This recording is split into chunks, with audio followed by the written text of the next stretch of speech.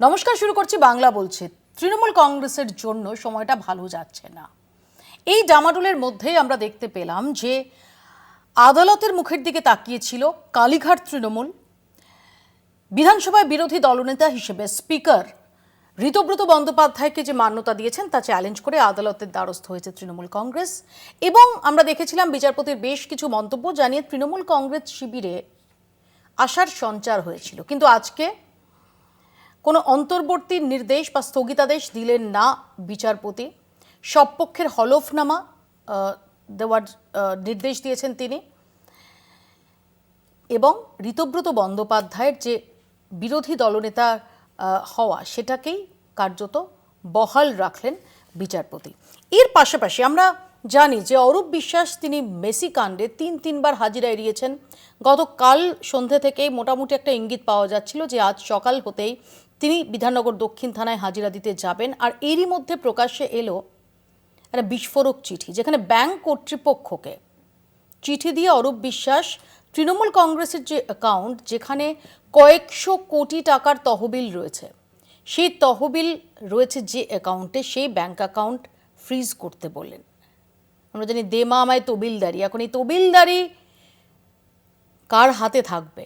অরূপ বিশ্বাসের এই চিঠি এবং তার যে টাইমিংটা, যখন অরূপ বিশ্বাসকে মেসি কাণ্ডে হন্যে হয়ে খুঁজছে পুলিশ, অরূপ বিশ্বাস আত্মপ্রকাশ করার এবং হাজিরা দেওয়ার জাস্ট আগে এই চিঠি, সেটা কি সত্যি এই তহবিলের সুরক্ষার কথা মাথায় রেখে অরূপ বিশ্বাসের চিঠি, নাকি এর নেপথ্যে অন্য অঙ্কও রয়েছে? এই সমস্ত প্রশ্ন দানা বাঁধছে। আর তারই মধ্যে গতকাল রাতে আমরা দেখলাম ডেরেক ওব্রায়েনের একটি ভিডিও, যেখানে তিনি দেখাচ্ছেন যে মমতা বন্দ্যোপাধ্যায় সদ্যপ্রাক্তন মুখ্যমন্ত্রী, তার বাসভবন কিভাবে নিরাপত্তাহীন হয়ে রয়েছে। তৃণমূল কংগ্রেসের অভিযোগ যে তাকে না জানিয়ে, অর্থাৎ মমতা বন্দ্যোপাধ্যায়কে না জানিয়ে তার দীর্ঘদিনের যারা নিরাপত্তারক্ষী ছিলেন, পিএসও ছিলেন, তাদের উইথড্র করা হয়েছে। অন্যদিকে যেটা লালবাজার সূত্রে বলা হলো যে তার বদলে তাকে পিএসও দেওয়া হয়েছে, রোস্টার অনুযায়ী পিএসও দেওয়া হয়েছে, কিন্তু মমতা বন্দ্যোপাধ্যায় নাকি তাদের নিতে অস্বীকার করেছেন।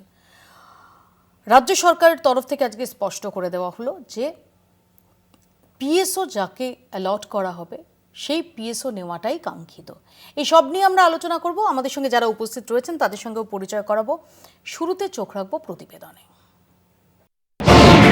সকাল 9:55, কালো কাচে ঢাকা গাড়ি। বিধাননগর দক্ষিণ থানায় পৌঁছন প্রাক্তন ক্রীড়ামন্ত্রী অরূপ বিশ্বাস। হাজিরার তিনটি নোটিশ এড়িয়ে অবশেষে আড়াল থেকে অরূপের আত্মপ্রকাশ। তদন্তকারীদের মুখোমুখি হলেন মেসি কাণ্ডের অভিযুক্ত। 3.5 ঘন্টা ধরে প্রশ্নমালা তৈরি করে অরূপকে জিজ্ঞাসাবাদ করে পুলিশ।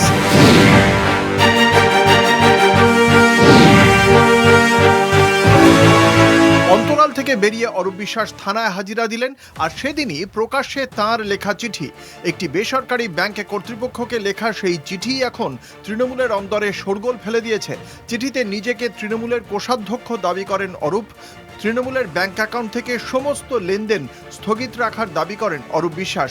চিঠিতে অরূপ লেখেন, দলের মধ্যে ব্যাপক গোষ্ঠীদ্বন্দ্ব চলছে। একাধিক সাংসদ ইতিমধ্যেই দল ছেড়েছেন। বহু বিধায়ক বিদ্রোহ ঘোষণা করেছেন। দলের নিয়ন্ত্রণ কার হাতে থাকবে তা নিয়ে অনিশ্চয়তা। ব্যাংক অ্যাকাউন্ট পরিচালনা নিয়েও তৈরি হয়েছে জটিলতা। আগে থেকে সই করা ব্যাংক চেকের অপব্যবহারের আশঙ্কা। দলের অ্যাকাউন্ট সুরক্ষিত রাখতে লেনদেন বন্ধের আবেদন। অভ্যন্তরীণ সংকট না মেটা পর্যন্ত সব ধরনের আর্থিক লেনদেন স্থগিত রাখার দাবি। ব্যাংক কর্তৃপক্ষের কাছে অবিলম্বে ব্যবস্থা নেওয়ার আর্জি। এমনিতেই ভোটের পর ভেঙে খান তৃণমূল কংগ্রেস, তার ওপর এবার কয়েকশো কোটি টাকার তহবিল নিয়েও তৈরি হলো নতুন সংকট। নির্বাচনী হলফনামা বলছে অ্যাকাউন্ট ও ফিক্সড ডিপোজিট মিলিয়ে তৃণমূলের তহবিলে রয়েছে প্রায় 876 কোটি টাকা। স্বভাবতই অরূপের এই চিঠিতে মমতাপন্থী তৃণমূল আরো বেকায়দায় পড়তে পারে বলে আশঙ্কা করা হচ্ছে। এতদিন বাদে ওর ঘুম ভাঙলো কেন সেটাই আমি জানতে চাইছি। বিদ্রোহীরা আত্মসাৎ করে নেবে না, ও আত্মসাৎ করার স্কোপ পাচ্ছে না বলে ও এটা করছে। এখন বন্ধ হয়ে গেছে চিঠি লিখেছে যার জন্য। সে তো চিঠি লিখেছে, এখন চিঠি লিখে নিজেকে বাঁচানোর চেষ্টা করছে কিনা সেটাও দেখতে হবে।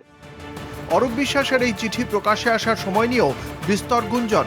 অরূপের থানায় হাজিরা দেওয়ার দিনই এই চিঠি প্রকাশ্যে আসা কি নেহাতি কাকতালীয়, নাকি অঙ্ক কষে 12ই জুন পাঠানো চিঠি বৃহস্পতিবার প্রকাশ করা হলো? যদি কেউ বলে থাকেন তিনি বলতে পারবেন, ব্যাংক বলতে পারবে, আর বিষয়টা যারা দেখেন বলতে পারবে। আমাদের ওটা এখতিয়ারই নেই, ফলে আমরা এই বিষয়ে কোনো মন্তব্য করবো না। মমতাপন্থী তৃণমূলের দাবি, অরূপ বিশ্বাস আর দলের কোষাধ্যক্ষই নয়, 5ই জুনেই শুভাশিস চক্রবর্তীকে তৃণমূলের কোষাধ্যক্ষ হিসেবে নিয়োগ করা হয়েছে বলে খবর কালীঘাট সূত্রে। আমরা দলের তরফ থেকে একদম স্পষ্টভাবে বলে দিতে চাই যে সর্বভারতীয় তৃণমূল কংগ্রেসের কোষাধ্যক্ষ অরূপ বিশ্বাস প্রাক্তন মন্ত্রী ছিলেন, কিন্তু 5ই জুন ওয়ার্কিং কমিটির মিটিং থেকে যে সিদ্ধান্ত হয়েছে, ফলে এখন আমাদের কোষাধ্যক্ষ শুভাশিস চক্রবর্তী। তৃণমূলের ট্রেজারার অনেকেই, কারণ তৃণমূলের টাকা যার কাছেই আছে সেই তো ট্রেজারার, তাই না? অফিসিয়ালি হোক আর আনঅফিসিয়ালি হোক, তৃণমূলের এই 15 বছরে তোলার টাকা, চাঁদার টাকা বা বিভিন্ন উপায়ে অর্জিত টাকা যার কাছেই আছে সেই তো তৃণমূলের ট্রেজারার।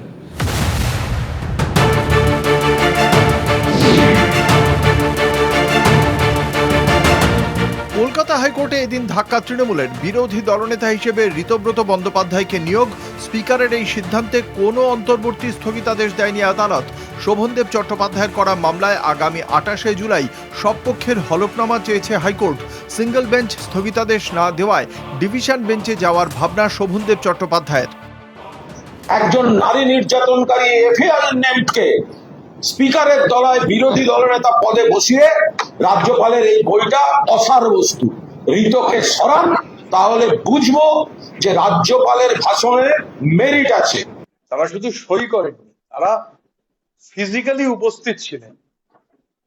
তো আমি এর বেশি আর কিছু বলবো না। আমি একথা আগেও বলেছিলাম, যদি প্রয়োজন হয় ফ্লোর টেস্ট করলেই হয়ে যাবে। কারা আসল তৃণমূল, কারা নকল তৃণমূল, ইতিমধ্যেই সেই বিতর্ক বিধানসভা পেরিয়ে সংসদে পৌঁছে গিয়েছে। এই পরিস্থিতিতে তৃণমূলের কয়েকশো কোটি টাকা তহবিল পরিচালনার রাশ কার হাতে থাকবে? অরূপের চিঠি উস্কে দিয়েছে সেই প্রশ্নও। কলকাতা টিভি। আমাদের সঙ্গে রয়েছেন বিজেপির পক্ষ থেকে চার্লস নন্দী এবং সিপিআইএম এর পক্ষ থেকে শুভজিৎ সরকার। কিছুক্ষণের মধ্যে তৃণমূল কংগ্রেসের তরফ থেকে অনির্বাণ ব্যানার্জি আমাদের সঙ্গে যোগ দেবেন।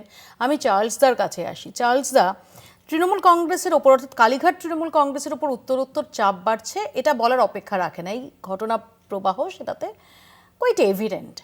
কিন্তু ইন্টারেস্টিং হচ্ছে অরূপ বিশ্বাসের চিঠি, তার টাইমিংয়ে যে হঠাৎই কেউ হঠাৎ ভালো তৃণমূল হয়ে যাচ্ছেন। অরূপ বিশ্বাস এতদিন তিনবার তিনি সামন এড়ালেন, তিনি আজ সকালে হাজিরা দিলেন এবং হাজিরার আগে তিনি একটা চিঠি দিয়ে তৃণমূল কংগ্রেসের অ্যাকাউন্ট ফ্রিজ করতে বলছেন, যেখানে তৃণমূল কংগ্রেসের তরফ থেকে বলা হচ্ছে যে অরূপ বিশ্বাসের কোষাধ্যক্ষ পদে নেই, কারণ 5ই জুন যে ন্যাশনাল ওয়ার্কিং কমিটির মিটিং হয়েছে, তারপর যে পুরো রদবদল করা হয়েছে, সেখানে শুভাশিস চক্রবর্তী নতুন কোষাধ্যক্ষ। তাহলে অরূপ বিশ্বাসের এই চিঠিটা, এটা হঠাৎই অরূপ বিশ্বাস তিনি যখন মেসি কাণ্ডে নিজেকে বাঁচাতে তিনি আত্মপ্রকাশ অবধি করছিলেন না, সেরকম সময় তিনি তৃণমূলের অ্যাকাউন্ট নিয়ে এত চিন্তিত হয়ে চিঠিটা দিলেন, নাকি এর নেপথ্যে অঙ্গুলি হেলন আছে? এখানে দুটো ইস্যু আছে, দুটো ইস্যু নিয়ে বলতে হবে। একটা তো অরূপ বিশ্বাস, এটাও হতে পারে ব্যাকডেটে চিঠি দিয়েছে, যখন হি ওয়াজ ট্রেজারার, কেউ জানে না কোন ডেটে দিয়েছে, এটা একটা পার্ট। সেকেন্ড পার্ট হচ্ছে আমরা যেটা জানি যে এই 2000 কোটি টাকার যে তহবিল প্রায় তৃণমূলের, এটা তো একটা বড় ইস্যু। হ্যাঁ, তার এটা যেমন একটা পার্ট গেল। সেকেন্ড পার্ট হচ্ছে যেটা ইম্পর্টেন্ট পার্ট, যেটা তোমরা প্রতিবেদনের প্রথমেই দেখাচ্ছিলে, যে ঋতব্রত বিরোধী দলনেতা। দেখো ঋতব্রত বিরোধী দলনেতা আজকে হাইকোর্ট বলেছে, ঠিক আছে বলেছে, কিন্তু মেন যে question, who is going to be the real Trinamool, who is going to be the last word, সেটা কিন্তু এখনো that bigger question still today remains unanswered. কারণ তোমাদের প্রথমে মনে রাখতে হবে যে এই যে ঘটনা, পশ্চিমবঙ্গের ঘটনা, তার সঙ্গে কিন্তু এই সবাই বলছে একনাথ সিন্দের ঘটনা মিলিয়ে ফেললে চলবে না। কারণ মনে রাখতে হবে যে মহারাষ্ট্রে there was an existing government. Uddhav Thackeray vote of confidence face করলেন না, তাই এইসব। হ্যাঁ, মানে সহজভাবে বলতে গেলে যে বিরোধীদের হঠাৎ করে এরকম সরকারপন্থী বিরোধী হয়ে যাবে এবং বিরোধীদের মধ্যে এরকম ভাগ, এটা খুব ইন্টারেস্টিং। অর্থাৎ মহারাষ্ট্রের সঙ্গে এখানে গুলি ফেলে চলবে না, ওখানে একটা কিন্তু এখন তো আবার government ছিল। মহারাষ্ট্রে কাকলি মডেল হতে পারে বলে আমি সম্ভাবনা শেষ দেখা করি যাচ্ছে। যেটা এখানে যেটা ইন দিস কেস, এখানে তো একটা ইলেক্টেড গভর্নমেন্ট আছে, বিজেপি গভর্নমেন্ট। এখানে সবচেয়ে বড় প্রশ্ন সেটা হচ্ছে যে পার্টি কনস্টিটিউশন, তৃণমূলের সংবিধান is going to play a very major role.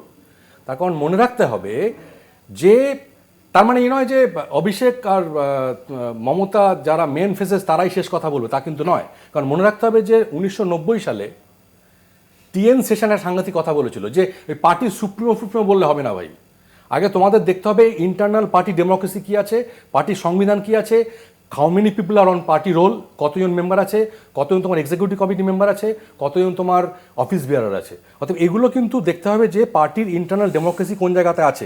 তো সেক্ষেত্রে মনে রাখতে হবে যে সামনের দিনগুলো, আজকে হয়তো ব্রীতব্রত হয়ে গিয়েছে বিরোধী দলনেতা, বা সামনের দিনগুলোতে কিন্তু পশ্চিমবঙ্গের পলিটিক্সে এই আসল তৃণমূল নকল তৃণমূল নিয়ে কিন্তু অনেক বড় জটিলতা দেখা দেবে।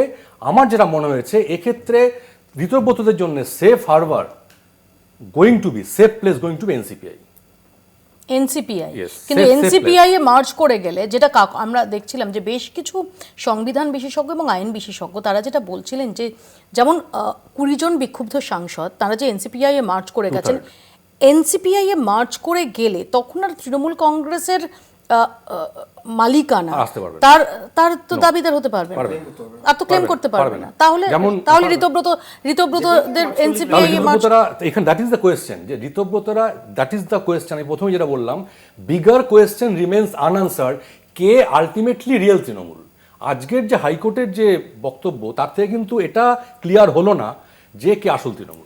আমি অনির্বাণ ইতিমধ্যে আমাদের সঙ্গে জয়েন করেছেন, যদিও অনির্বাণ আসছেন যে কারণে গাড়ি থেকে কথা বলছেন। অনির্বাণ, তৃণমূল কংগ্রেসের কালীঘাট তৃণমূল, এখন আর মেনশনও করে দিতে হচ্ছে যে কালীঘাট তৃণমূলের ওপর চাপ যেভাবে উত্তরোত্তর বৃদ্ধি পাচ্ছে এবং শেষ পর্যন্ত তোমরা আইনের দ্বারস্থ হওয়া সত্ত্বেও বিরোধী দলনেতা হিসেবে বহাল থাকছেন ঋতব্রত বন্দ্যোপাধ্যায়, কারণ কোনো স্থগিতাদেশ দেননি বিচারপতি, যদিও তোমরা ডিভিশন বেঞ্চে যাওয়ার সিদ্ধান্ত নিয়েছো। কিন্তু এই মুহূর্তে দাঁড়িয়ে প্রকৃত তৃণমূল কারা? ঋত তৃণমূল না কালীঘাট তৃণমূল? দেখুন, আইনের লড়াই, আদালতের লড়াইয়ের বিষয়টা তো আছেই। সিঙ্গেল বেঞ্চের এক্সপেক্টেড রায় আমরা পাইনি, ডিভিশন বেঞ্চ যাওয়া হবে, সেখানে কি হবে, সুপ্রিম কোর্ট অব্দি যাওয়া হবে ইত্যাদি, সেই প্রসঙ্গটা টেকনিক্যাল আইনি প্রসঙ্গ, সেটা নিয়ে আমরা নিশ্চয়ই আলোচনা করব। কিন্তু আপনার প্রশ্নের সবচেয়ে মূল গুরুত্বপূর্ণ জায়গাটা হলো, দেখুন, মানুষের কাছে শুধুমাত্র টেকনিক্যালিটি দিয়ে কোনো রাজনৈতিক দলের যে অ্যাকসেপ্টেন্স বা তার যে প্রতিষ্ঠা, এটা কিন্তু প্রমাণিত হয় না। আসল কে নকল কে, এটার প্রমাণ রাস্তায় হবে। যারা রাস্তায় নেমে এই সরকারের বিরুদ্ধে, যারা ভোটের আগে এই সরকার বা এই দলের বিরুদ্ধে, বিজেপির বিরুদ্ধে ভোট চেয়ে মানুষের ভোটে নির্বাচিত হয়েছেন বিধায়ক, তাদের কাছে অ্যাসিড টেস্ট এটা হবে যে এই সরকারের বিরুদ্ধে তারা কতটা আন্দোলনমুখী হতে পারছেন। এখনো পর্যন্ত আমি যদি এটা ধরেও নিই যে বিধায়ক সংখ্যার নিরিখে মমতা বন্দ্যোপাধ্যায় হীনবল হয়ে আছেন এবং ঋতব্রত বন্দ্যোপাধ্যায় অনেক বেশি সবল হয়ে আছেন, তারপরেও বাস্তব এটা যে হাজার পুলিশি আক্রমণ, হাজার রাষ্ট্রীয় নির্যাতনের মাঝখানেও মমতা বন্দ্যোপাধ্যায় কিন্তু পথে নামছেন এবং তিনি পথে নামবেন।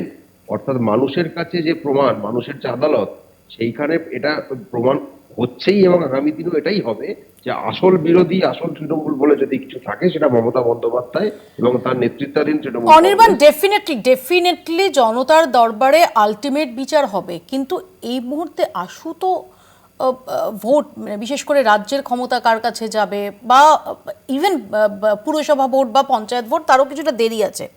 বাট তার আগে প্রতীকের দখল, এবং দ্বিতীয়ত হচ্ছে যেটা আমি শুরু করলাম যে দেমা আমায় তবিলদারি, তৃণমূল কংগ্রেসের তহবিল, সেটা কোন দিকে কোন হাতে যাবে, তার কারণ অরূপ বিশ্বাসের এই চিঠি এবং চিঠির টাইমিং, এটা কি মনে হয় না অনির্বাণ যে তোমাদের উপর চাপ আরো বাড়ালো? এই সংক্রান্ত বিষয়ে আমি একটা ক্লারিফিকেশন দিই। 5ই জুন নতুন করে গোটা কমিটি, সুভাষিস চক্রবর্তী তিনি নতুন ট্রেজারার, কিন্তু একটু আগে আমি এই পয়েন্টটা তুলেছি, কিন্তু চার্লস দা যেটা বলছেন যে অরূপ বিশ্বাস কোন ডেটে চিঠিটা দিয়েছেন, এমনও হতে পারে যে তিনি চিঠিটা দিয়েছেন যখন তিনি ট্রেজারার, সেই সময় না, তিনি যদি তখন চিঠি দিয়ে থাকেন, তার তারিখ ব্যাকডেটে করেছেন নাকি এখন সেটা প্রকাশ্যে আসছে সেটা আমাদের দেখতে হবে, জানতে হবে। কিন্তু যেহেতু 5 জুন কমিটি রিকনস্টিটিউট করবার পর শুভাশিস চক্রবর্তী ট্রেজারার হিসেবে অ্যাপয়েন্টেড হয়েছেন, অতএব এখন আচমকা এই চিঠি সামনে এনে বা এখন চিঠি দিয়ে তাদের কাজের কাজ কিছু হবে না। সিম্পল আমার একটাই বক্তব্য যে যদি মমতা বন্দ্যোপাধ্যায়ের সঙ্গে বা মমতা বন্দ্যোপাধ্যায়ের নির্দেশ অনুযায়ী আমি ধরে নিলাম যে যখন অরূপ বিশ্বাস যখনও পর্যন্ত ট্রেজারার ছিলেন, কোষাধ্যক্ষ ছিলেন, সেই সময় যদি তিনি চিঠি দিয়ে থাকেন এবং সেই সময় যদি সত্যিই এই ডামাডোল চলছে, অনেকে বেসুরো হচ্ছেন, অনেকে বিক্ষুব্ধ হচ্ছেন, অনেকে আলাদা হওয়ার কথা ভাবনা চিন্তা করছেন, এই ডেভেলপমেন্টটা যখন চলছে 5ই জুনের আগে যদি আমি ধরে নিই, সেই সময় মমতা বন্দ্যোপাধ্যায়ের নির্দেশে বা দলের কালেকটিভ সিদ্ধান্তের পরিপ্রেক্ষিতে অরূপ বিশ্বাস যদি এই চিঠিটা দিতেন, তাহলে তৃণমূল কংগ্রেসের তরফ থেকে সেটা বলা হচ্ছে না কেন যে আসলে আমরাই অরূপ বিশ্বাসকে বলেছিলাম যে চিঠিটা দিতে? কারণ এরকম কোনো নির্দেশ সেই সময় দেওয়া হয়েছিল বলে দলীয় তরফে কোনো তথ্য নেই। স্বাভাবিকভাবেই 5ই জুন যিনি ট্রেজারার হিসেবে অ্যাপয়েন্টেড হয়েছে, তারপর থেকে যাবতীয় ট্রেজারারের যে কাজ সেটা একমাত্র তার হাত দিয়ে। আমি একটু তোমায় বিরত করছি অনির্বাণ, টেকনিক্যাল কারণে আমি তোমার কাছে আবারও ফিরবো, আমি এই প্রসঙ্গেই তোমার কাছে ফিরবো। আমি একটু শুভজিতের কাছে আসি। শুভজিৎ, জানি না, মানে তৃণমূলকে নিয়ে এত আলোচনা করার কোনো মানে আছে বলে আমার মনে হয় না, সময় নষ্ট। বরঞ্চ আলোচনা করার বিষয় এটা হতে পারে যে ঠিকই একটা সংসদীয় গণতন্ত্রে অপোজিশনের গুরুত্বটা খুব মানে ইম্পর্টেন্ট। মানে একটা অপোজিশন তার কি রোল ইন হাউস, অন্তত কেন হাউসের মধ্যে আমরা তো পার্লামেন্টারি ডেমোক্রেসি একটা সেট আপের মধ্যে বাস করি। যদি এমন হয়ে যায় যে একটা অপোজিশন এক্সিস্ট করে, যে অপোজিশনটা অলরেডি একটা সেটিং অপোজিশন, মানে সেটা সরকারের একটা শ্যাডো সরকার এভাবে যদি চলে, যেটা বর্তমানে হচ্ছে। কারণ দেখুন, এই যে এখন তৃণমূল নিয়ে অনেক তথ্য উঠে আসছে, কে শুভাশিস চক্রবর্তী কি করবেন, আজকে শুভাশিস চক্রবর্তী তৃণমূলের লোক, কালকে সকালবেলা দেখলাম উনি অন্য জায়গায় চলে গেল। মানে এটাই তো হয়েছে। ফিরহাদ হাকিম ছিল, শুধু তাই না, প্রদীপ সরকার যাকে তার আগের দিন দায়িত্ব দেওয়া হলো, পরের দিন তিনি দল চালেন। রবীন্দ্রনাথ চট্টোপাধ্যায় আগের দিন তিনি দায়িত্ব পেলেন, পরের দিন তিনি দল ছাড়লেন। কোনো সিউরিটি নেই এই পার্টিতে। ফিরহাদ হাকিমরা প্রথম দিকে দেখছিলাম তারা হচ্ছে মমতা বন্দ্যোপাধ্যায়ের সঙ্গে ছিল, আবার পরে কি সব নতুন দল টল হলো, আবার কি দল, এমন দল যে দল 800টা ভোট পেয়েছে সে দলে অনেকে এমপি ভিড়ে গেল, আবার তার সঙ্গে দেখলাম ফিরহাদ হাকিম তিনিও চলে গেলেন পৌরসভার প্রোগ্রামে, আবার ভালো ভালো কথা বলা শুরু করে দিলেন। তুমি শুধু ভাবো শুভজিৎ, যে তোমরা এই যে তোমরা যেটা বলো যে তোমরা লড়াইয়ের ময়দানে আছো, মাঠে ময়দানে আছো, বলি না, এক সেকেন্ড এরকম একটা পরিস্থিতিতে দাঁড়িয়ে এখনো পর্যন্ত অন্তত এই রাজ্য থেকে তোমাদের কোনো সাংসদ নেই। সেখানে এনসিপিআই যার মাথাকে, যার দায়িত্ব কার হাতে, যেটা তুমিও বললে যে ত্রিপুরায় নির্বাচনে লড়ে 800 ভোট পেয়েছিল, টোটাল 800-র মতো ভোট পেয়েছিল, তারা একদিন হঠাৎ করে আকাশ থেকে 20 জন সাংসদ পেয়ে এটাই তো আমি বলছি। মানে একটা এমন পার্টি যে পার্টিটা ব্যাপারে হয়তো সেই যারা সেই দলটা চালায় তারাও জানে না যে পার্টিটা বলে কিছু একটা পার্টি এক্সিস্ট করে, এবং এই যে পেয়ে গেলেন সেটাও তারা জানতেন। এবং আমি আপনাকে তো বলছি তোমায় মৌপিয়াদি, এই ধরনের পার্টিগুলো বেশ কিছু পার্টি এরকম থাকে, মানে এরা ইলেকশনে পার্টিসিপেট করে এবং এরা বিভিন্ন জায়গায় এজেন্ট দেয়, বিভিন্ন জায়গায় বিভিন্ন এজেন্ট হিসেবে পার্টি, অনেক বড় বড় পার্টিকে এরা ভাড়া দেয়। আমি সোজা কথাই বলছি, এটা অন্যভাবে নেওয়ার কিছু নেই। কিন্তু এই পার্টিটা হঠাৎ করে সকালবেলা দেখছে যে 20টা এমপি তাদের চলে গেছে, যে পার্টিতে না আছে কোনো কর্মী, না আছে কোনো ভোটার, এদিকে তাদের কাছে আছে এমপি। মানে এটা কোন পথে বাংলার দিকে এগোচ্ছে? আমি যেটা বলার চেষ্টা করছিলাম, দেখো অপোজিশনহীন একটা হাউস যেটা আমরা দেখতে পাচ্ছি বর্তমানে, দুটো বিধায়ক মোস্তাফিজুর রহমান আর নওশাদ সিদ্দিকী চেষ্টা করছে, আর অন্য কংগ্রেসের বিধায়করা রয়েছেন, 2 জন বিধায়ক রয়েছেন, এরা কিন্তু মূলত অপোজিশনের রোল প্লে চেষ্টা করছেন যতটা সামর্থ্য নিয়ে। কিন্তু এখনো পর্যন্ত মমতা বন্দ্যোপাধ্যায়ের দিকের যে বিধায়করা রয়েছে তারা কি করছে, তাদের অবদান কি? আমি তোমায় বলছি, এই যে হকার উচ্ছেদ হলো, হকার উচ্ছেদ নিয়ে তৃণমূল কংগ্রেস এখন কালকে মমতা বন্দ্যোপাধ্যায় একটা মিছিলে হাটের কথা বলছেন। প্রথম দিন থেকে রাস্তায় বামপন্থীরা, প্রথম দিন থেকে আমরা দেখেছি কিছু জায়গায় কংগ্রেসের নেতৃত্ব, আইএসএফ এর নেতৃত্ব তারা আছে, কিন্তু যে মমতা বন্দ্যোপাধ্যায়কে জিতিয়েছে এটা তো বাস্তব যে বিজেপি বিরোধী ভোট মমতা বন্দ্যোপাধ্যায় সিম্বলের দিকে এক জায়গায় 2,60,00,000 লোকের কাছাকাছি ভোট পেয়েছেন। এবং এই যে সাংসদরা, আমি আমার এলাকার কথা বলি, আমি যেখানে থাকি যাদবপুর লোকসভা কেন্দ্র, সেখানে আমাদের প্রার্থী সৃজন ভট্টাচার্য ভোটে জিততে পারেনি, কিন্তু সেদিনকে রাত্রিবেলা কিন্তু ওই যাদবপুরে যখন ভাঙচুর হচ্ছিল উনি অ্যারেস্ট হয়েছিলেন। আর যে সায়নী ঘোষ ওখান থেকে, যাকে মানুষ বিজেপির বিরুদ্ধে ভোট দিয়ে জেতালো, সে প্রথমে বললো কি আমি চাড্ডা ফাড্ডা নই, একটা ভিডিও বেরিয়েছিল, সে সায়নী ঘোষ মুখ লুকিয়ে পালাচ্ছে। সে হাফ বিজেপি ফুল বিজেপি না 75% ভালো তৃণমূল, ওই তো মানে ওই এখন নতুন ফেজ হয়েছে ভালো তৃণমূল হলে তুমি এত আপত্তি করছো কেন? আমার কথা এই যে রোল প্লে করার কথা ছিল, ওনাদের যে ভূমিকাটা পালন করার কথা ছিল পার্লামেন্টে হোক বা বিধানসভা, সে রোল প্লে করছে না, তারা এলাকায় যাচ্ছে না, এলাকার মানুষগুলো কি কোন জায়গায় চলে গেছে। আজকে আমি বলছি হকার উচ্ছেদ নিয়ে তৃণমূল নেত্রীর যত যাই একদিনের যাই করুন না কেন, ওনার বিধায়কদের কোনো বক্তব্য নেই, কোনো ভার্সন নেই। আজকে তোমাকে বলছি আমি, ছাত্রছাত্রীদের সমস্যা নিয়ে কোনো বক্তব্য বিধানসভা রাখার ক্ষমতা নেই। কারণ কেন রাখার নেই? কারণ এই যে বালিশ চাটা তৃণমূল, চটি চাটা আর বালিশ চাটার মধ্যে দিয়ে কি হচ্ছে, চাটাচাটি হয়ে যাচ্ছে, কিন্তু আসলে যে মানুষের যে দাবি নিয়ে বিরোধী দলের ভূমিকা পালন কথা সেটা আর করতে পারছে না। আজ অরূপ বিশ্বাসকে দেখাচ্ছ, আমরা দীর্ঘদিন ধরে বলে এসেছি এই তৃণমূল পার্টি যেদিন হারবে, আমিও সত্যি বলছি, আমি ভাবিনি যে একটা পার্টি 1 মাসের মধ্যে উবে যাবে। মানে আমার এখনো ভোটের কালি আছে হাতে, এখনো ভোটের কালি, তোমরা থাকবে, তো দাদারা থাকবে, ভোটের কালি এখনো আমার রয়ে গেছে অবশিষ্ট। এদিকে তৃণমূল আদতে কোন দিকে রয়েছে আমরা জানি না। আসলে একদিকে মানে বাংলার যে রাজনীতিটা খুব স্পষ্ট হয়ে গেছে। এখানে একটু আসি চার্লস দার কাছে, যে আজকে আমি দেখছিলাম যে মেসি কাণ্ডে অরূপ বিশ্বাসের বিরুদ্ধে যিনি সোচ্চার সবচেয়ে, যাকে 38 দিন জেল খাটতে হয়েছে, যাকে একটা বড় অংশ যেটা মনে করে তাকে স্কেপগোট হতে হয়েছে, শতদ্রু দত্ত, যিনি অভিযোগটা দায়ের করেছেন, সেই শতদ্রু দত্তের একটা পোস্ট, এবার কেসটা আর নিরামিষ নেই, পেঁয়াজ রসুনের গন্ধ পাওয়া যাচ্ছে। এই যে চিঠির টাইমিং, এই যে অরূপ বিশ্বাসের আজকে মুখোমুখি হওয়া, একদম সিম্পল ভাষায়, যে তাহলে কি কোথাও সেটিংয়ের চেষ্টা? এখানে সেটিংয়ের তো কিছু নেই, তো পরিষ্কার একটা বিষয় হচ্ছে যে অরূপ বিশ্বাস যেভাবে মেসিকে, যেটা হাইকোর্টে জাজ বলছিলেন যে মনে হচ্ছে না ওর ইয়ার দোস্ত, ছোটবেলা থেকে মেসির টিম যে চিঠি পাঠিয়েছে সেখানে বিধাননগর কমিশনারেটে শতদ্রু দত্তকে ক্লিন চিট দিয়েছে এবং বলেছে যে ক্রীড়ামন্ত্রী, অর্থাৎ তৎকালীন ক্রীড়ামন্ত্রী, তিনি ঢুকে আনশিডিউলড ইন্টারাকশন এবং আনশিডিউলড ফিজিক্যাল কন্ট্যাক্ট করেছেন। শুধু তাই নয়, এখানে আরেকটা পার্ট আছে যেটা মিডিয়া কেন দেখাচ্ছে না বা মনে হয় আলটিমেট তদন্তে উঠে আসবে। এই মেসি কাণ্ডের পরে মমতা ব্যানার্জি, প্রাক্তন মুখ্যমন্ত্রী, একটা সিট গঠন করেছিলেন। That SIT was headed by Rajeev Kumar etcetera. এই সিট কি করলো? সিটের কি ভূমিকা ছিল অরূপকে বাঁচানোর জন্য? সিটের এদেরও ডাকতে হবে। একবারও জিজ্ঞাসাবাদও করা হয়নি অরূপ বিশ্বাসকে, একটা জিজ্ঞাসাবাদও করা হয়নি, যেখানে মেসির ফ্লাইট থেকে, যে হায়দ্রাবাদগামী ফ্লাইট থেকে নামিয়ে নিয়ে অ্যারেস্ট করা হয়েছিল শতদ্রু দত্তকে। সুদীপ মজুমদার কংগ্রেসের তরফ থেকে আমাদের সঙ্গে এসে যোগ দিয়েছেন। সুদীপবাবু, আমরা যেটা নিয়ে কথা বলছি যে এই অরূপ বিশ্বাসের এই চিঠির, এই তৃণমূল কংগ্রেসের ব্যাংক অ্যাকাউন্ট ফ্রিজ করার আবেদন জানিয়ে ব্যাংক কর্তৃপক্ষকে চিঠি, যেটা নিয়ে কালীঘাট তৃণমূল একবারও এখনো পর্যন্ত বলছে না যে হ্যাঁ মমতা বন্দ্যোপাধ্যায়ের নির্দেশেই হয়েছে বা কালীঘাট তৃণমূলের কালেকটিভ সিদ্ধান্তেই হয়েছে। তারা বরং বলছেন যে না, কোষাধ্যক্ষ তো অরূপ বিশ্বাস আর নেই, শুভাশিস চক্রবর্তী হয়ে গেছেন, এবং বিরোধী দলনেতা হিসেবে ঋতব্রত বন্দ্যোপাধ্যায়েরই বহাল থাকা। আপনার কি মত? দেখুন, ব্যাপারটা হচ্ছে যে যখন একটা জাহাজ ডোবে তখন সবার আগে ইঁদুরগুলো পালিয়ে যায়। তো প্রশ্নটা হচ্ছে, আজ থেকে ঠিক 2 মাস আগেই তো সিনারিওটা এরকম ছিল না। একটা সাংঘাতিক ঔদ্ধত্য, সাংঘাতিক একটা শাসকের একটা আস্ফালন আমরা দেখতাম। তা এখন প্রশ্ন হচ্ছে যে ঋতব্রত বাবু বিরোধী দলনেতা হয়েছে, তো এই গোটা জায়গাটার মধ্যে যে কুনাট্যটা রচিত হচ্ছে, সেই কুনাট্যটার রচয়িতা তো একা মমতা ব্যানার্জি নন। মমতা ব্যানার্জি ঋতব্রত বাবুকে দল থেকে বহিষ্কার করলেন। তো বহিষ্কৃত হয়ে যাবার পরে যেটুকু সাংবিধানিক রীতিনীতির আমাদের ছোটখাটো ভাবে জানা আছে, তাতে একজন দল থেকে বহিষ্কৃত একজন নেতা সেই দলেরই বিরোধী দলনেতা হন। এখানে আমরা গোটা ব্যাপারটাই বুঝতে পারছি, একটা শ্যাডো বিরোধী, একটা সিউডো অপোজিশন তৈরি করার চেষ্টা করা হচ্ছে। যে সিউডো অপোজিশন ভারতীয় জনতা পার্টি মহারাষ্ট্রেও তৈরি করেছে এবং এটা ওদের একটা মডেল।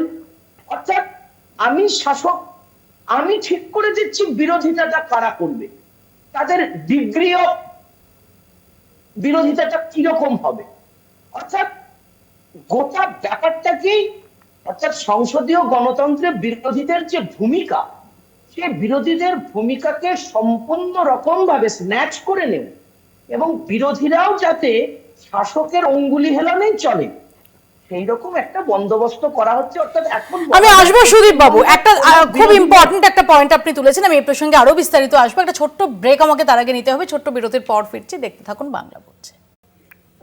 ফিরে এলাম বিরতির পর। এদিকে আজকে আমরা দেখলাম যে যখন আলিপুর জাজেস কোর্টে অরূপ বিশ্বাস, তার আগে তিনি মিডিয়াকে এড়াতে দ্রুত গতিতে গাড়ি চালান, এমনকি তার গাড়ি পুলিশ আটকায়ও, শহরের এদিক ওদিক তিনি ঘুরে যখন তিনি সেখানে উকিলের শেষটায় পৌঁছন, সেখানে যখন তিনি বসেছিলেন, সেই সময় সেখানে ধুমধুমার পরিস্থিতি তৈরি হয় এবং শেষ পর্যন্ত পুলিশ গিয়ে অরূপ বিশ্বাসকে উদ্ধার করতে হয় বিক্ষোভকারী এক অংশের উকিলের হাত থেকে। দেখুন।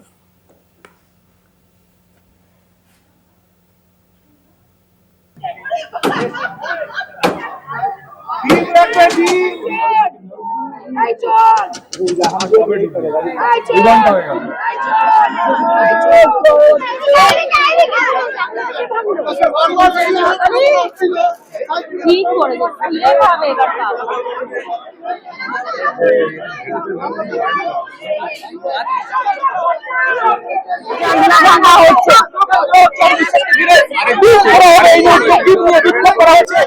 ঘটনায় এই আদালত চত্বরে বিভিন্ন আইনজীবীকে তিনি হুমকি দিচ্ছেন এবং সেই অরূপ বিশ্বাসকে দেখা যাচ্ছে রীতিমতো অরূপ বিশ্বাস এখন সন্ত্রস্ত অবস্থায়। আইনজীবীর সাথে এরকম করে আইনজীবী হলে আপনি আইনজীবীকে এরকম ট্রিট করবেন? একটা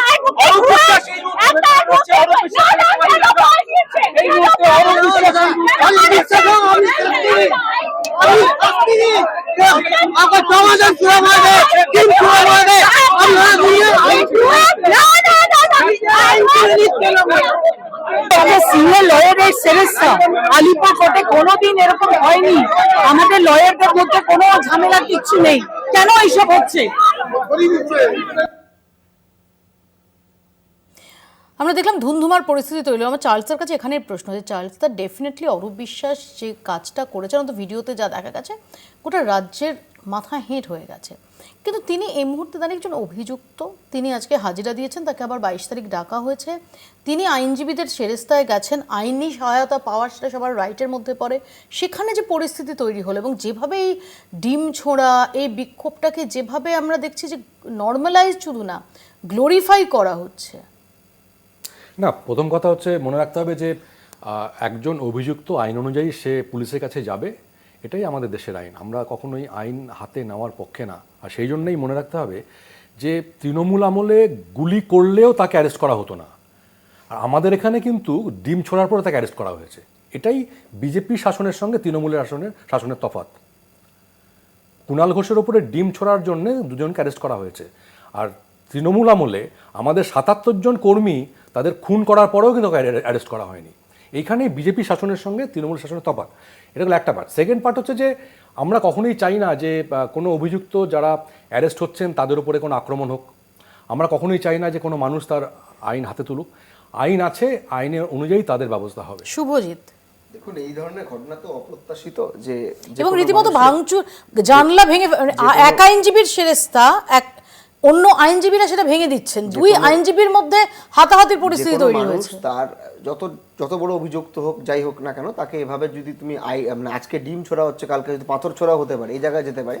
কিন্তু এটাও আমাদের বুঝতে হবে যে যাদেরকে এগুলো করা হচ্ছে, এদের মধ্যে সবাই বলবো না, কয়েকজন ব্যক্তিত্ব স্পেশালি তারা গত 15টা বছর ধরে যেভাবে নিজেদের এলাকায়, নিজেদের জায়গাগুলোতে যেভাবে খালি দুর্নীতি করা না, মানুষের উপর অত্যাচার করেছে, এগুলো কিন্তু তার প্রতিফলন হচ্ছে। আমি এই প্রতিফলনকে সমর্থন করি না, এটা সমর্থন করা যেতে পারে না, কারণ আজকে হয়তো তৃণমূলের উপরে হচ্ছে, আজকে হয়তো অরূপ বিশ্বাস বা অন্য কারোর উপর হচ্ছে, কিন্তু আগামী দিনে এরকম হতেই পারে যারা এই সরকারের বিরোধিতা করবে তাদের সঙ্গেও এই জিনিস ঘটতে পারে। তার কারণ বিজেপি হচ্ছে একটা অন্য রকমের রাজনৈতিক দল। এরা তৃণমূলের মতো ওপেন খোলা মার্কেটে চুরি চামারি করা দল নয়, এরা অর্গানাইজড ওয়েতে সবকিছু করার দল। আমার মনে হয় এবং সেটা তো রাজনৈতিক দলগুলোর মধ্যে। আমার এটাই প্রশ্ন যে ধরো আজকে ডেফিনেটলি এটা একটা প্রায় সেলিব্রেশনের পর্যায়ে যাচ্ছে। এক সেকেন্ড শুভজিৎ, কালকে তোমাকে পছন্দ হলো না চার্লস দার, সেখানেও তো এই ডিম ছোড়া। আমি এটাই বলার চেষ্টা করছি, যদি বিজেপি গুড গভর্নেন্সের কথা বলে থাকে, যদি এটাকে অ্যাডমিনিস্ট্রেটিভ ওয়েতে দেখে, তাহলে এই ধরনের ঘটনা যারাই ঘটাবে না কেন, সে যে পার্টির লোক হোক না কেন, তাদের বিরুদ্ধে আইনজ্ঞ ব্যবস্থা নেওয়া উচিত। কারণ ইতিমধ্যে অনির্বাণ আমাদের সঙ্গে এসে যোগ দিয়েছেন। অনির্বাণ আমরা দেখতে পেলাম, যেটা নিয়ে আমি জিজ্ঞেস করছিলাম তোমাকে, যে এক হচ্ছে অরূপ বিশ্বাসের চিঠির টাইমিং, দুই হচ্ছে ঋতব্রতই বিরোধী দলনেতা, তিন হচ্ছে যে আজকে অরূপ বিশ্বাসকে ঘিরে যে পরিস্থিতি আমরা দেখলাম, ধুমধুমার পরিস্থিতি আলিপুর আদালত চত্বরে। দেখুন, বিক্ষোভ দেখানোটা এক জিনিস, আর একজন ব্যক্তি আইনি পরামর্শ নিতে একজন আইনজীবীর চেম্বারে গেছেন, সেখানে অন্যান্য আইনজীবীরা সেই চেম্বারে চড়াও হচ্ছেন, এটা সত্যি কথা বলতে আমি একজন পেশাদার আইনজীবী হিসেবে লজ্জিত বোধ করছি। যে কোনো ব্যক্তির, তিনি যে অপরাধী অভিযুক্ত হন না কেন, তিনি অপরাধী হন না কেন, তার আইনি অধিকার, তার আইনি পরামর্শ নেওয়ার এবং আদালতের সামনে নিজের বক্তব্য পেশ করার সম্পূর্ণ অধিকার আছে। আমি জাস্ট তোমায় একটু থামিয়ে অরূপ বিশ্বাস কি বলেছেন সেটা একটু শোনাই। আমি সবকিছুই সঙ্গে আছি। সবকিছু বলতে বাস ঠিক আছে। সবকিছু বলতে ভালো তৃণমূলের সঙ্গে আছেন না খারাপ তৃণমূলের সঙ্গে রয়েছেন? আমি তৃণমূলের সঙ্গে আছি। কোন তৃণমূলে? বাস এখন তো ভাগ হয়ে এটা গেল। তুমি ধরে নাও। হ্যাঁ, না, আমি বলছি মমতা বন্দ্যোপাধ্যায় জোর গলায় কিন্তু বললেন না যে মমতা বন্দ্যোপাধ্যায়ের সঙ্গে আছেন। না সে দেখুন, সেটা উনি জোর গলায় বলবার মতো জোর যদি এখন গলায় না পান, সেটা তার সমস্যা হতে পারে, সেটা রাজনৈতিকভাবে তার দুর্বলতা হতে পারে, তার ওপর নানা রকম চাপ থাকতে পারে, গ্রেপ্তারি এড়ানোর জন্য তিনি কৌশল নিচ্ছেন কিনা সেসব আমি বলতে পারবো না। কিন্তু আবারও বলছি, অরূপ বিশ্বাস হন বা নরেন্দ্র মোদী হন, আইনি পরামর্শ নিতে যাওয়ার অধিকার যে কোনো মানুষের আছে। তাকে ঘিরে ধরে বিক্ষোভ দেখাতে গিয়ে যেভাবে চড়াও হয়েছেন, আইনজীবীরাই হয়েছেন, তারা কার্যত নিজেদের পেশার প্রতি যে চূড়ান্ত অসম্মান প্রদর্শন তুমিও কি করলেন। বুঝতে মানে তুমি কি এই মুহূর্তে একটু দ্বিধায় আছো যে অরূপ বিশ্বাসকে কতটা ডিফেন্ড করবে আর কতটা ডিফেন্ড করবে না, কারণ এক্স্যাক্টলি তিনি কোন জায়গায় রয়েছেন, কোন নৌকোয় তার পা? আমি ব্যক্তি অরূপ বিশ্বাসকে এখানে ডিফেন্ড এই কারণে করব কারণ তিনি পরামর্শ নিতে গেছিলেন, আমি এই ঘটনার প্রেক্ষিতে বলছি। আর রাজনীতিবিদ অরূপ বিশ্বাসের প্রসঙ্গে আমি এটা বলতে পারি, তিনি যদি তার যে দল করে তিনি এক অর্থে মন্ত্রী শান্তি ইত্যাদি সব কিছু হয়েছিলেন, তাকে যদি এই ক্রাইসিস, অ্যাপারেন্ট ক্রাইসিসের সময় তিনি যদি সেটাকে ডিচ করেন, তাকে ছেড়ে চলে যান, তাহলে অবশ্যই আমি তার বিরোধিতা করব। কারণ এই সময়ই বোঝা যাবে যে সত্যি কথা রাজনৈতিক সততা, রাজনৈতিক দম কাদের আছে কাদের নেই। আমরা আশা করব যারা এত সিনিয়র লিডার্স, যারা এতদিন ধরে সরকারে থাকাকালীন বহু ক্ষমতা, বহু পদ, বহু কিছু তারা কার্যত কোটান করে এনজয় করেছেন, তারা যদি আজকের দিনে পালিয়ে যান, যে কোনো চাপের কারণেই হোক না কেন, তাহলে তার বিরোধিতা আমি করবই, সেটা সে অরূপ বিশ্বাস হোক আর যেই হোক। আমি একটু এরই মধ্যে আমরা গতকাল রাতে, যেটা আমি শুরুতে বলছিলাম, যে গতকাল রাতে আমরা হঠাৎই দেখলাম ডেরেক ওব্রায়েন, তিনি যেটাকে আমরা সাংবাদিকদের ভাষায় যেটাকে ওয়াক থ্রু বলি, অর্থাৎ কোনো ঘটনা আমরা বলতে বলতে ক্যামেরার সামনে দেখাই, সাধারণভাবে রিপোর্টাররা যেটা করে থাকেন, ডেরেক ওব্রায়েনকে আমরা সেই রকমই একটা ওয়াক থ্রু দিতে দেখলাম, যেখানে তিনি দেখালেন যে মমতা বন্দ্যোপাধ্যায়ের বাড়ি, সদ্য প্রাক্তন মুখ্যমন্ত্রী তার বাড়ি কীরকম নিরাপত্তাহীনতার মধ্যে রয়েছে, যে ডেরেক ওব্রায়েনকে গাড়ি দিয়ে, নিজের গাড়ি দিয়ে তার যে গেট, সেই গেটটাকে আটকে রাখতে হচ্ছে, অর্থাৎ গেটটার সুরক্ষা যেটুকু সম্ভব সেটুকু সুনিশ্চিত করার চেষ্টা করতে হয়েছে। দেখুন, outside the residence of Mamata Banerjee, I happen to be here. My car was parked here, and now what has happened at about 7:30 this evening, it's now 10 p.m. At about 7:30 this evening, her PSOs, who've been with her for 20 years, were taken back by the West Bengal police. And now I'm outside her residence just here, you can see, and there's no police. So I parked my car here, I put out that video, parked my car here just to make her feel a little more secure. এখানে ঢুকছি মমতাদির বাড়িতে, আর এখানে কোনো police নেই, all empty, completely empty. This is here, can you believe it? এটা হচ্ছে, that is the entrance. Come here please, come here, I'll show you. Right down at the back, পেছনে, at the back, পেছনে, leading on to the canal at the back. Here we are. This is where Mamata Di was sitting just now. She was sitting here, literally sitting here. We just entered inside. What kind of pressure is this? What kind of, I mean, is there a light here? Oh my God. মমতার PSO বদল, 20 বছরের নিরাপত্তায় বদল, ক্ষুব্ধ মমতা। প্রাক্তন মুখ্যমন্ত্রী মমতা বন্দ্যোপাধ্যায়ের নিরাপত্তা বলয় বড় পরিবর্তন। অভিযোগ, 20 বছরেরও বেশি সময় ধরে ব্যক্তিগত নিরাপত্তার দায়িত্বে রয়েছেন এরকম রক্ষীদের আচমকাই সরিয়ে দেওয়া হয়েছে। নিয়োগ করা হয়েছে 3 নতুন অফিসারকে, সরানো হয়েছে মমতার অত্যন্ত আস্থাভাজন। মমতার ব্যক্তিগত নিরাপত্তা রক্ষী বদল, স্বরূপ গোস্বামী, কুসুম দ্বিবেদীকে। তৃণমূলের অভিযোগ, কোনো পূর্ব ঘোষণা ছাড়াই সরিয়ে দেওয়া হয় মমতা বন্দ্যোপাধ্যায়ের দীর্ঘদিনের ব্যক্তিগত নিরাপত্তা রক্ষীদের। বিষয়টি নিয়ে প্রাক্তন মুখ্যমন্ত্রীকে আগে থেকে কিছু জানানো হয়নি বলে অভিযোগ। Okay, we are outside the residence of Mamata Banerjee. I happen to be here. My car was parked here, and now what has happened at about 7:30 this evening. It's now 10 p.m. At about 7:30 this evening, her PSOs, who've been with her for 20 years, were taken back by the West Bengal police. And now I'm outside her residence just here, you can see, and there's no police. So I parked my car here, I put out that video, parked my car here just to make her feel a little more secure. এখানে ঢুকছি মমতাদির বাড়িতে, আর এখানে কোনো police নেই, all empty, completely empty. This is here, can you believe it? এটা হচ্ছে, that is the entrance. Come here please, come here, I show you. Right down at the back, পেছনে, at the back, পেছনে, leading on to the canal at the back. Here we are. This is where Mamata Di was sitting just now.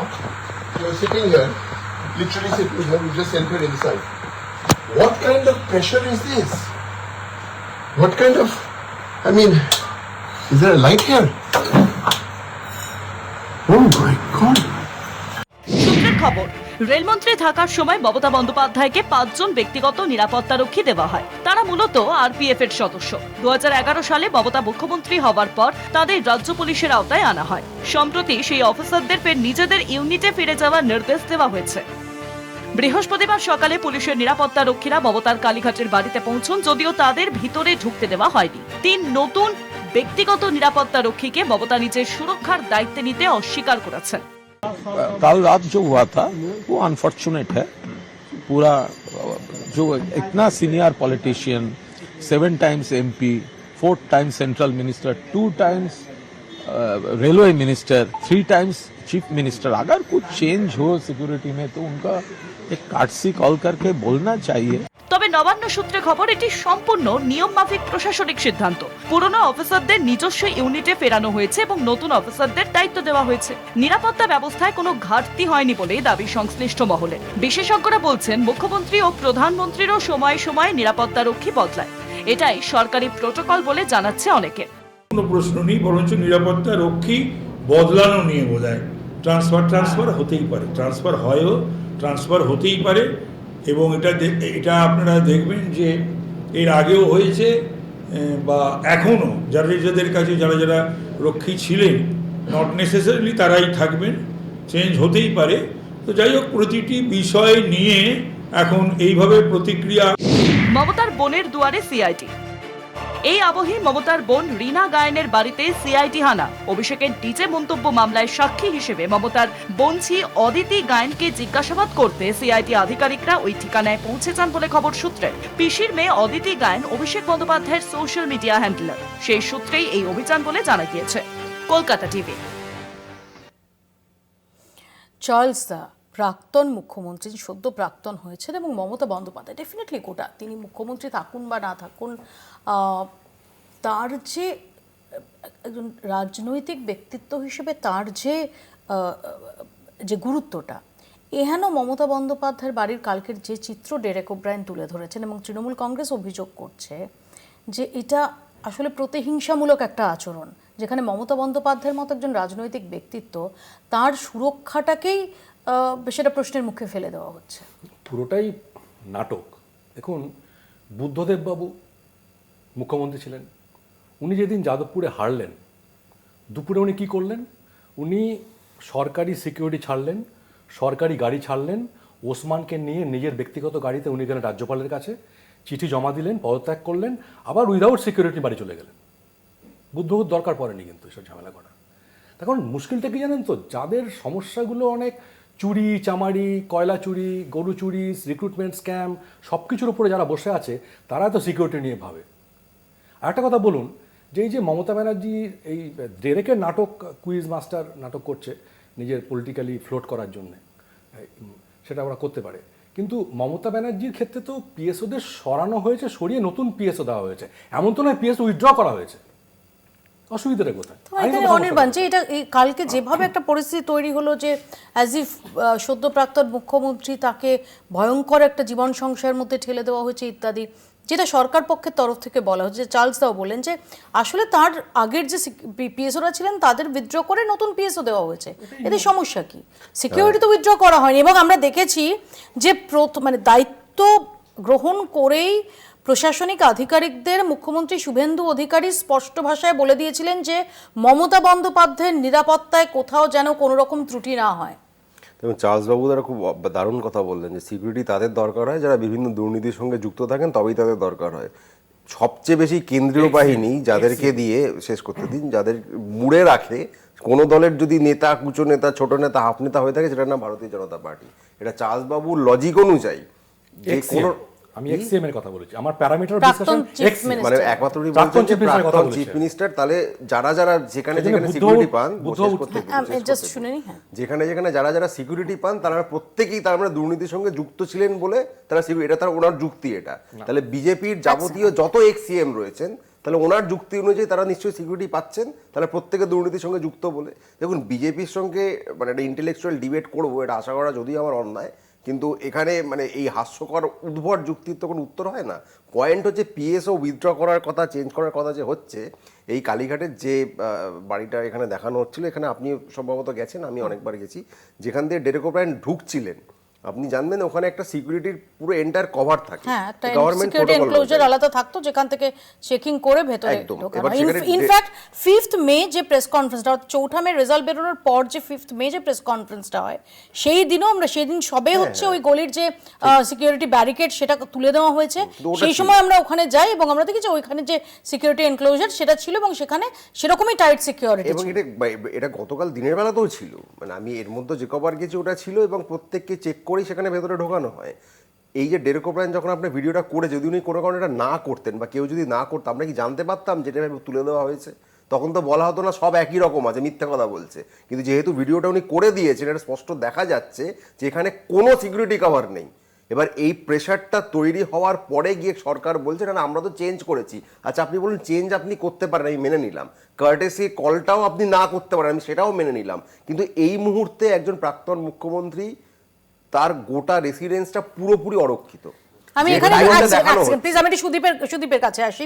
Sudip, খুব সংক্ষেপে এই সম্পর্কে আপনার মতামতটা নেব, যেটা হয়েছে আপনার কি সত্যিই মনে হয় যেটা প্রতিহিংসামূলক একটা পদক্ষেপ, নাকি আসলে পুরনো পিএসওই রাখতে হবে, নতুন পিএসওকে অ্যাকসেপ্ট করা হবে না, একটা জেদ? না, ব্যাপারটা হচ্ছে যে এটা প্রতিহিংসা রাজনীতি যে নয় এরকমও নয়, আবার এই ব্যাপারটা নিয়ে যে তৃণমূল তার প্রাসঙ্গিকতা রক্ষা করার চেষ্টা করছে সেটাও।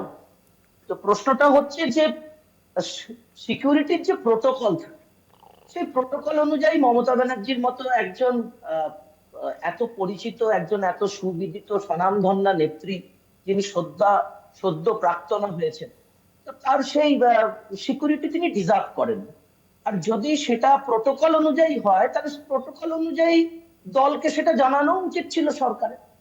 আর প্রশ্নটা হচ্ছে যে এই যে ঘটনাটা করা হলো, হঠাৎ করে সিকিউরিটিটা তুলে দেওয়া হচ্ছে, একটা ভিডিও বাজারে আসছে, আমরা এটা নিয়ে আলোচনা করছি, আপনি আমাকে প্রশ্ন করছেন, এটা আজকে আমাদের আলোচনার টপিক।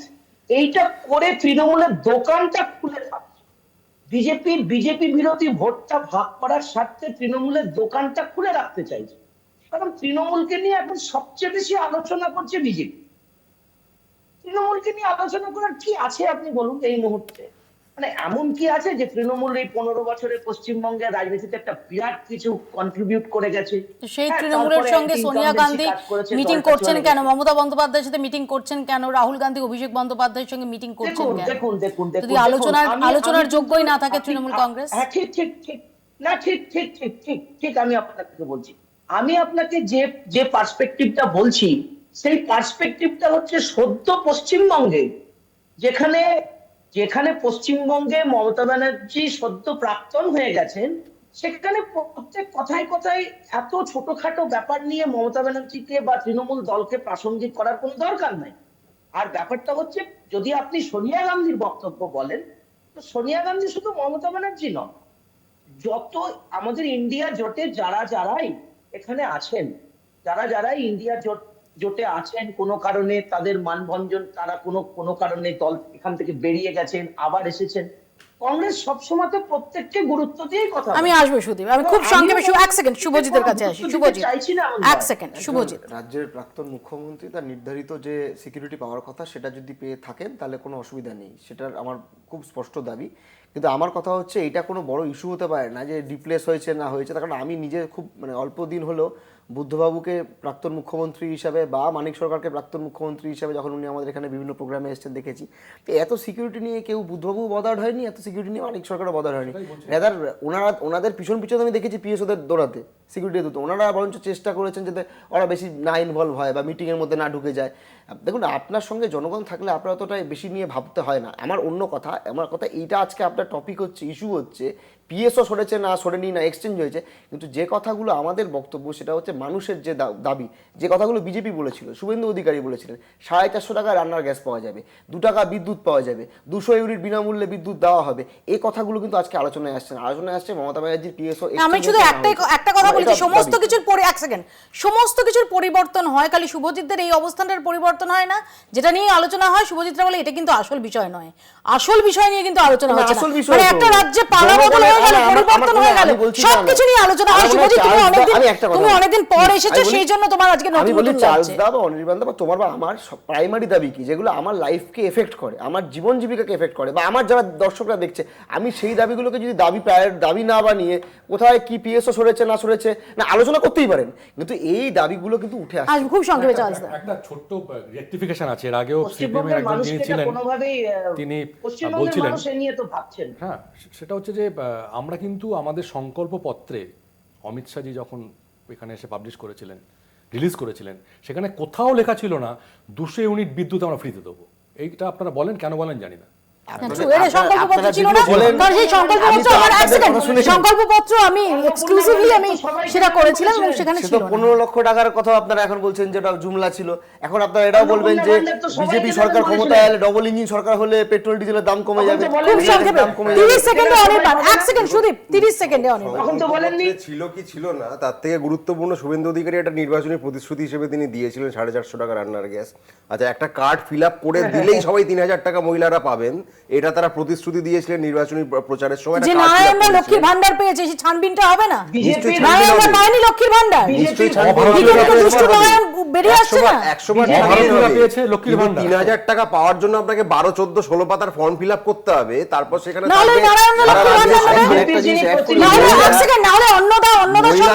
অন্নপূর্ণা ভান্ডার নিয়ে যাবে মহিলাদের। তাহলে আপনারা বলতেই তো পারতেন 16 পাতার ফর্ম দেবো, একটা কার্ড দিলেন কেন? টাকা আমি একটা কথা বলি মুপিয়াদি, তুমি অন্নপূর্ণা কথা বললে বার্ধক্য ভাতার টাকা কিন্তু পাচ্ছে না। যারা বয়স্ক মানুষ তারা কিন্তু বার্ধক্য ভাতা পাচ্ছে না। 1000 টাকার জায়গায় 2000 টাকা পাওয়া একদম শেষ। এখানে একদম সময় শেষ। Sudip, I am so sorry, আমাকে শেষ করতেই হবে। আমি পরবর্তী শোতে ডেফিনেটলি আপনার থেকে এই সম্পর্কে আরো বিস্তারিত জানবো। আমি আপনার মার্জনা নিয়ে আজকের আলোচনা এখানেই শেষ করছি। দেখতে থাকুন কলকাতা টিভি।